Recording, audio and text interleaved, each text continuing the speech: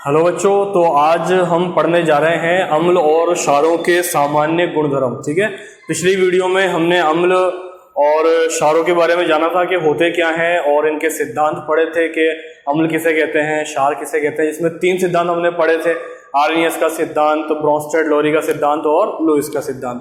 तो आज हम पढ़ने जा रहे हैं इनके सामान्य गुणधर्म, अम्ल और क्षार के, अम्ल और क्षार के सामान्य गुणधर्म। ठीक है, तो सबसे पहले हम स्टार्ट करते हैं। इनका जो पहला गुणधर्म हम कहेंगे तो वो होगा आपका कि अम्ल और क्षार, अम्ल नीले लिटमस पत्र को, नीले लिटमस पत्र को लाल कर देते हैं। ठीक है, तो पहला जो सामान्य गुण है, अम्ल जो है वो नीले लिटमस को लाल कर देता है और क्षार जो है वो लाल लिटमस पत्र को, ठीक है, लिटमस पत्र को नीला कर देता है। देखिए, इसके लिए हमने एक शॉर्ट ट्रिक भी पढ़ी थी पिछले वीडियो में कि आपको इसमें बड़ा कंफ्यूजन होता है बच्चों को कि अम्ल जो है वो नीले को लाल कर रहा है, क्षार जो है वो लाल को नीला कर रहा है। तो इसको किस तरीके से याद किए, तो इसको आप याद कर सकते हो अनिल और शालिनी से। ठीक है, तो अनिल और शालिनी आप समझ गए होंगे कि अम्ल यानी ये हो गया, इसका मतलब अम्ल नीले को लाल कर देगा, क्षार जो है वो लाल को नीला कर देगा। एक बात तो ये हो गई। दूसरा इसका गुणधर्म हम पढ़ेंगे, इसके अंदर आप दूसरा पढ़ लीजिए। दूसरा पॉइंट हम कहेंगे इसके अंदर कि अम्ल जो है इसकी पीएच जो होती है वो 7 से कम, ठीक है, यानी इसको कहेंगे 0 से 7, 0 से 7 इसके बीच का इसका पॉइंट होता है, 7 से कम होती है, 7 से कम। ठीक है, दूसरा क्षार, क्षार की जो पीएच होगी वो 7 से अधिक, ठीक है, और 14 तक होगी। तो यानी जो बीच का पॉइंट होता है 7, ये होता है उदासीन पॉइंट। ठीक है, उदासीन बिंदु होता है ये। तीसरी अब हम बात करेंगे कि अम्ल धातु से क्रिया करके हाइड्रोजन गैस देते हैं, हाइड्रोजन गैस देते हैं। ठीक है, तो अम्ल का क्या प्रॉपर्टी है कि अम्ल जो है जब धातु से क्रिया करेगा तो हाइड्रोजन गैस देगा। ठीक है, अब इसका एक एग्जांपल जो है हम यहाँ ले लेते हैं। तो H2SO4, ठीक है, हमने लिया सल्फ्यूरिक एसिड H2SO4, इसकी रिएक्शन जब जिंक से करवाएंगे तो यहाँ पर क्या बन जाएगा, ये ZnSO4 प्लस H2। ठीक है, तो यहाँ पर ये गैस जो है निकल जाएगी। अच्छा, ये क्वेश्चन जो है बोर्ड में भी लगातार तकरीबन 3 से 4 साल तक आया था। इसका चित्र भी एक बार, डायग्राम भी इसका पूछा गया था। तो डायग्राम इसका आपने बुक में भी देखा होगा। शुरू में जो है यहाँ पर जब प्रॉपर्टीज हम पढ़ते हैं तो उसके अंदर दिया हुआ है कि इस तरीके से हम H2SO4 ले लेंगे इसके अंदर, ठीक है, और इसके अंदर जो है जिंक के कुछ बुरादा या कुछ चूरा जो है वो डाल देंगे और इसको एक स्टैंड पर लगा करके इस तरीके से, और यहाँ से एक नलकी जो है एक जार के अंदर डाल देंगे और इसके अंदर जो है साबुन का विलयन या NaOH का विलयन डाल देंगे। अब जैसे ही यहाँ पर जिंक और H2SO4 की रिएक्शन होती है तो उससे जब H2 गैस बनेगी तो H2 गैस जब यहाँ से निकलेगी और यहाँ पर जब हम कोई भी जलती हुई तिल्ली या मोमबत्ती लेकर के आएंगे तो उससे जो है पटपट की आवाज, ध्वनि सुनाई देगी, पटपट की आवाज जो है वो इससे सुनाई देगी। तो पहले हमारा जो सामान्य गुणधर्म इसका हो गया कि अम्ल जब धातु से क्रिया करता है तो क्या देता है, H2। अच्छा, जब क्षार की बात करेंगे अब हम कि क्षार जब धातु से रिएक्शन करेगा तो देखिए यहाँ पर भी क्या बनेगा। तो क्षार के अंदर हम ले लेते हैं NaOH को, सोडियम हाइड्रो, इसके नाम भी आप जरूर लिख लें। ठीक है, सल्फ्यूरिक एसिड हो गया, जिंक हो गया, तो क्या बन गया, ये जिंक सल्फेट हो गया और हाइड्रोजन गैस बन गई। अब हम ले रहे हैं सोडियम हाइड्रो ऑक्साइड, क्या बोलेंगे इसको, सोडियम हाइड्रो ऑक्साइड, प्लस इसकी रिएक्शन भी जिंक से करवाते हैं यहाँ पर। ठीक है, तो जैसे ही आप जिंक से इसकी रिएक्शन करवाओगे तो ये बन जाएगा sodium zincate Na2ZnO2 plus H2, तो यहां पर भी H2 गैस निकलेगी। तो हम दोनों ही रिएक्शन में देख रहे हैं कि चाहे अम्ल धातु से रिएक्शन करें या क्षार धातु से रिएक्शन करें, दोनों ही कंडीशन में क्या बन रही है, H2 गैस। और दूसरा क्या बन रहा है आपका, लवण हो गया, है ना, यौगिक बन गया कोई भी। अच्छा, अगली रिएक्शन पे चलते हैं, फोर्थ इसका सामान्य गुणधर्म। अब धातु जो है, धातु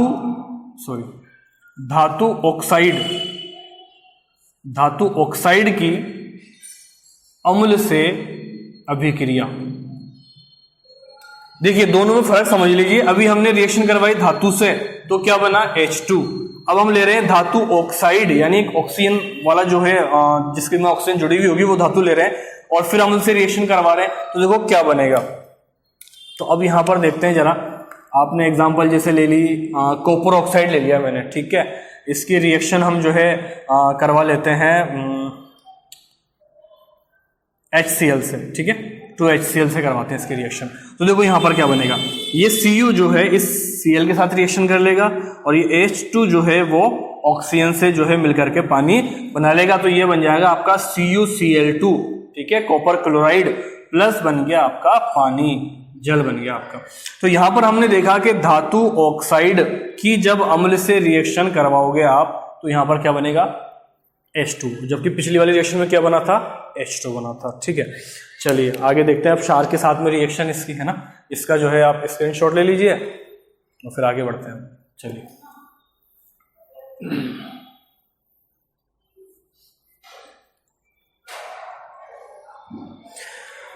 देखिए अब हम करवाते हैं क्षार की अधातु ऑक्साइड से अभिक्रिया, अधातु ऑक्साइड से अभिक्रिया, ठीक है। अब क्षार की अधातु ऑक्साइड से रिएक्शन करवाते हैं। तो क्षार जैसे हमने यहां पर ले लिया कैल्शियम हाइड्रोक्साइड, क्या ले लिया, कैल्शियम हाइड्रोक्साइड। इसकी रिएक्शन CO2 से करवाते हैं, ठीक है। कार्बन हम जानते हैं अधातु है, तो इसका ऑक्साइड क्या कहलाएगा, अधातु ऑक्साइड हो गया। तो क्षार की अधातु ऑक्साइड से अभिक्रिया, तो ये हो गया कार्बन डाइऑक्साइड। तो इससे जब इसकी रिएक्शन होगी तो यहां पर देखिए क्या होगा, ये कैल्शियम है, ये CO2 है, तो ये इससे अटैच होगा और OH2 है, तो इसमें से एक ऑक्सीजन निकल के इसके साथ में अटैच होगी, तो ये बन जाएगा आपका CaCO3, ठीक है। बाकी क्या बच गया, अपना पानी, तो यहां पर भी क्या निकल गया, आपका जल, ठीक है। और ये बन गया कैल्शियम, मैं शॉर्ट में लिख रहा हूं कैल्शियम कार्बोनेट, ठीक हो गया। तो ये रिएक्शन हो गई हमारी क्षार की धातु ऑक्साइड के साथ अभिक्रिया। अब इसकी नेक्स्ट जो रिएक्शन है वो है, इसको हम न्यूट्रलाइजेशन रिएक्शन भी कहते हैं,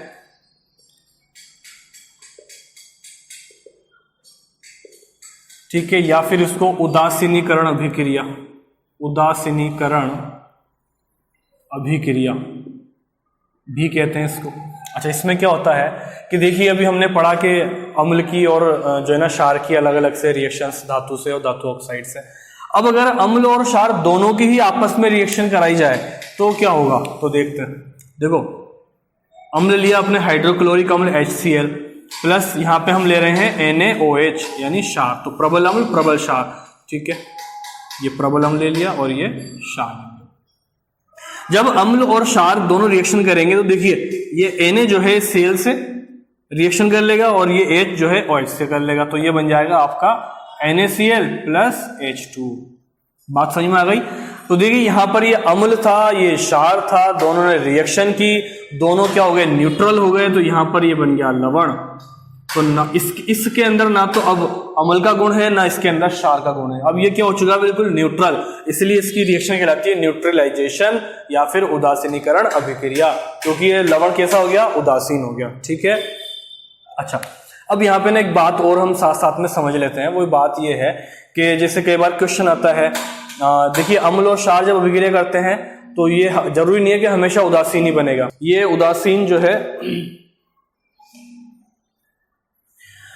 देखिए अम्ल और क्षार उदासीन कब बनेगा, जब प्रबल अम्ल और प्रबल क्षार होंगे या दुर्बल अम्ल और दुर्बल क्षार होंगे, तो ये क्या बनेगा, उदासीन यहां पर जो है आपका विलयन बनेगा। लेकिन मान लीजिए अगर वो कहे आपको कि प्रबल अम्ल प्लस दुर्बल क्षार, ठीक है। अगर मान लीजिए प्रबल अम्ल और दुर्बल क्षार में रिएक्शन कराई जाए तो जो लवण बनेगा या जो विलयन बनेगा उसकी प्रकृति कैसी होगी, तो उसकी आपसे पूछता है वो प्रकृति, उसका नेचर कैसा होगा, ठीक है, उस विलयन का।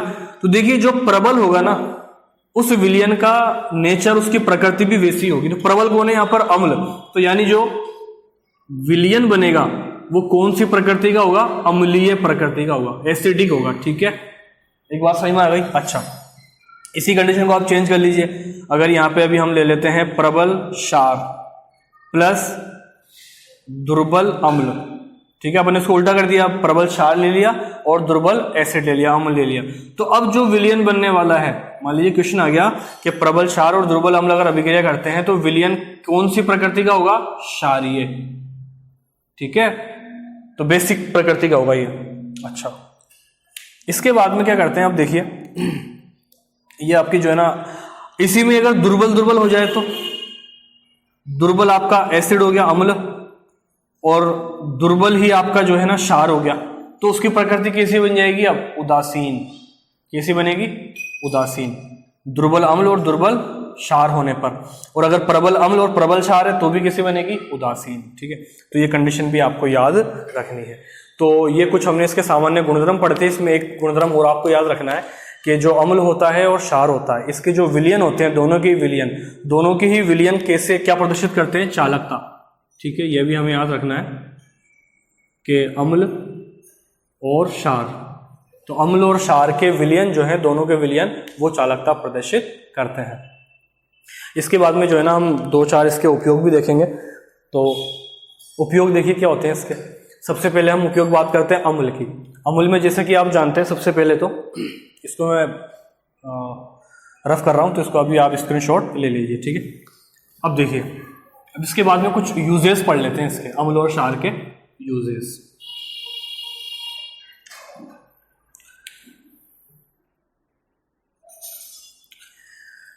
देखिए इसके उपयोग के अंदर, जैसे कि सबसे पहले तो हमें ये जानना है कि आपके जो अम्ल होते हैं ना, इसको 2 कैटेगरी में बांटा जाता है। एक तो हो गया आपका कार्बनिक, एक हो गया अकार्बनिक। तो अकार्बनिक जो है, अकार्बनिक अम्ल, अकार्बनिक अम्ल को हम कहते हैं खनिज अम्ल भी कहते हैं इसको। क्या कहते हैं इसको, खनिज अम्ल। दूसरा हो गया कार्बनिक अम्ल, कार्बनिक अम्ल। जैसे कि नाम से आपको बात समझ में आ रही होगी कि यानी जो कार्बन से बने भी नहीं है ना, तो वो तो हो गए आपके खनिज अम्ल, और जो कार्बन, जिसमें कार्बन है, वो अम्ल क्या करेंगे, आपके कार्बनिक अम्ल हो गए। अच्छा, अकार्बनिक या खनिज अम्ल के अंदर एग्जाम्पल की बात करें तो इसके अंदर जैसे कि HNO3, ठीक है, H2SO4, HCl, ये हम सब जानते हैं। अगर कार्बनिक के अंदर हम बात करेंगे इसके अंदर, तो जितने भी जो कार्बनिक है जिसमें कार्बन और हाइड्रोजन है, तो हम जानते हैं जैसे कि आपके सिट्रिक अम्ल हो गया, ठीक है, आपके जो है एसिटिक एसिड हो गया, एसिटिक अम्ल हो गया, आपका जो है कार्बोनिक अम्ल हो गया, ठीक है। इसके अलावा जो है टार्टरिक एसिड हो गया, इसके अलावा जो है आपका टार्टरिक के अलावा हो गया आपका लैक्टिक एसिड हो गया, ठीक है, और भी बहुत सारे इसके। तो ये कुछ एग्जांपल्स हैं इसके। अब हम कुछ बात कर लेते हैं इनके उपयोगों की। देखिए सबसे पहले हम जैसे कि बात कर लेते हैं HNO3 की। HNO3 नाइट्रिक अम्ल कहते हैं, और इसका उपयोग जो है सोने और चांदी की जो है ना सफाई करने में भी काम में आता है। इससे जो है उर्वरक खाद बनती है, इससे विस्फोट भी बनते हैं। तो आप इसको लिख लीजिएगा कि HNO3 का उपयोग जो है इससे उर्वरक यानी खाद बनती है, सोने और चांदी की सफाई काम में आता है, दूसरा इससे विस्फोटक बनाने के काम में आता है। H2SO4 को हम कहते हैं अम्लों का राजा। इसको क्या बोलते हैं, अम्लों का राजा, ठीक है, किंग ऑफ एसिड्स। तो अगर आपसे क्वेश्चन पूछा जाए कि अम्लों का राजा किसे कहते हैं, H2SO4 को, सल्फ्यूरिक एसिड को। सल्फ्यूरिक एसिड जो है आपके काम में आता है कार और बाइक्स की जो बैटरियां बनती है उन बैटरियों के काम में आता है। दूसरा जो उद्योग धंधे होते हैं, जो भी केमिकल्स वगैरह जहां पे काम में आते हैं, तो वहां पर ये बहुत ज्यादा काम में लिया जाता है। इसके बारे में ये भी कहा जाता है कि किसी देश की अगर आपको तरक्की देखनी है तो उस देश की जो फैक्ट्रीज वगैरह है, अगर वहां पर जितनी ज्यादा खपत H2SO4 की होगी तो यानी वो उतनी ज्यादा तरक्की याफ्ता देश है, ठीक है। तीसरा हम HCl की बात करते हैं। देखिए HCl का उपयोग एक तो हमारे जो बॉयलर्स होते हैं, बॉयलर्स को साफ करने के काम में आता है, टॉयलेट क्लीनर के काम में आता है। तीसरा हमारे पेट में जो हम जानते हैं स्टोमक जो हमारा आमाशय है उसमें जो है खाने को पचाने के काम में आता है। ये इसके कुछ उपयोग हो गए, है ना। इसके अलावा अब सिट्रिक एसिड है, एसिटिक अम्ल है, इन सबके भी अलग अलग उपयोग है। जैसे कि टार्टरिक एसिड का उपयोग होता है जो खट्टी चीजें होता है, खट्टी चीजें बनाने के काम में आता है आपका। दही में लैक्टिक एसिड होता है आपका। सिट्रिक एसिड जो है हम जानते हैं संतरा वगैरह के काम में आता है, ना। चलिए इसके बाद में बात कर लेते हैं क्षार की। देखिए क्षार में एक तो आप याद कर लीजिए कैल्शियम हाइड्रोक्साइड का, एक बात कर लेंगे हम NaOH की, और एक पढ़ लेते हैं MgOH2 की। तीन के उपयोग देख लेते हैं। देखिए कैल्शियम हाइड्रोक्साइड, कैल्शियम हाइड्रोक्साइड जो है वो एक तो मिट्टी की अम्लता को दूर करने के काम में आता है। जो मिट्टी में अम्लता होती है तो किसानों के बहुत काम में आता है ये। दूसरा जल को मृदु करने के काम में आता है ये। तीसरा घरों में जो पहले जब पुराने जमाने में जब चूने की चुनाई होती थी, सब जानते होंगे, तो वो ये चूना असल में इसी से होता है, तो जो है ना चूने के रूप में घर में भी जो है काम में आता है। NaOH की बात करते हैं। NaOH जो है इसको हम जो है साबुन बनाने के काम में आता है, कागज की फैक्ट्रियों में जो है ये काम में आता है, ये इसका उपयोग हो गया। और मैग्नीशियम हाइड्रोक्साइड जो है ये आपके पेट की जब अम्लता यानी जब एसिडिटी बढ़ जाती है तो एसिडिटी को दूर करने के अंदर जो है मैग्नीशियम हाइड्रोक्साइड काम में आता है। इसे एंट एसिड भी कहते हैं। क्या बोलते हैं इसको? एंट एसिड, ठीक है। देखो वैसे तो एसिड के अगेंस्ट काम कर रहा है तो एंट एसिड वो तो बहुत सारे काम करते हैं, बेकिंग सोडा भी इसमें काम में आता है आपका। तो ये हो गए इसके उपयोग। तो आज हमने जो है दो टॉपिक पढ़े। एक तो हमने पढ़ा अम्ल और क्षार के सामान्य गुणधर्म, दूसरा हमने पढ़ा है अम्ल और क्षार के उपयोग, ठीक है। अब नेक्स्ट जब वीडियो होगा तो उसके अंदर हम पढ़ेंगे क्या लवणों के बारे में बहुत सारे पढ़ने वाले हैं, pH स्केल के बारे में हम पढ़ने वाले हैं, ठीक है। और अगर आपने इस वीडियो से पहले वाला जो वीडियो था अम्ल और क्षार का शुरू वाला, तो वो नहीं देखा हो तो वो जरूर आप आई बटन के ऊपर क्लिक करके वो वीडियो भी देख लें। मिलते हैं नेक्स्ट वीडियो में।